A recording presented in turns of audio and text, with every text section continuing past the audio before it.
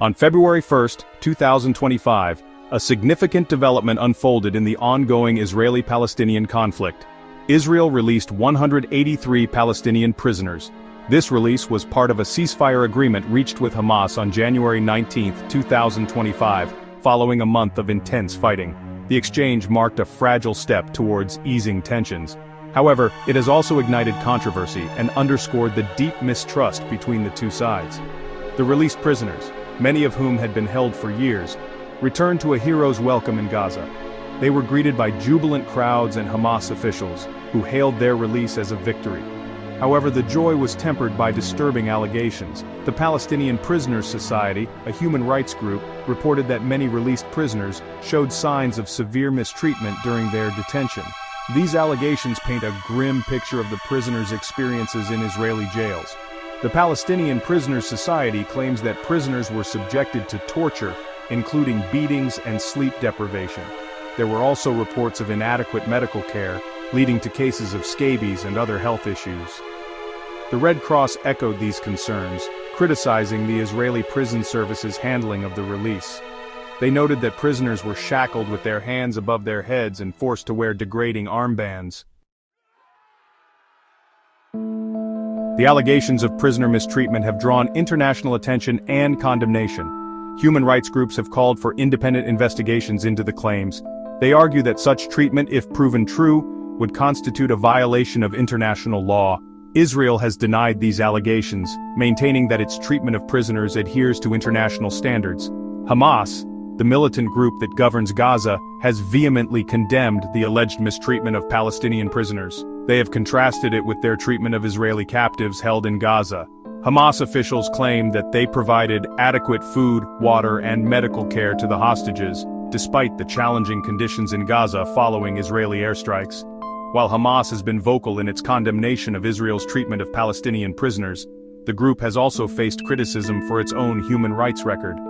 International organizations have accused Hamas of using torture, arbitrary detention, and unfair trials against Palestinians in Gaza.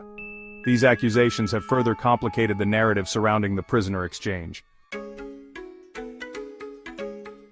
Despite the prisoner release, the hostage crisis is far from over.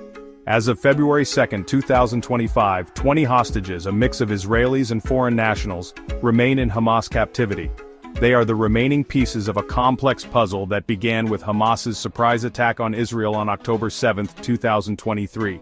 While 18 hostages have been released since the ceasefire began, the fate of the remaining captives hangs in the balance. Tragically, Hamas has confirmed that 8 of the remaining hostages perished during the fighting. Israel has corroborated this grim news, but the identities of the deceased remain undisclosed. Their families, caught between hope and despair, have pleaded with both sides to prioritize the release of the remaining hostages. The ceasefire agreement, brokered with the assistance of Egypt, Qatar, and the United States, outlines a phased approach to resolving the hostage crisis. The first phase, involving the staggered release of 33 hostages, including those confirmed deceased, has concluded. However, the road ahead remains uncertain, with the next phase contingent on sensitive negotiations and potential concessions from both sides. The second phase of the ceasefire agreement hinges on Israel's withdrawal from the Philadelphia corridor, a narrow strip of land along the Gaza-Egypt border. This withdrawal is a key demand from Hamas, but it represents a significant security concern for Israel.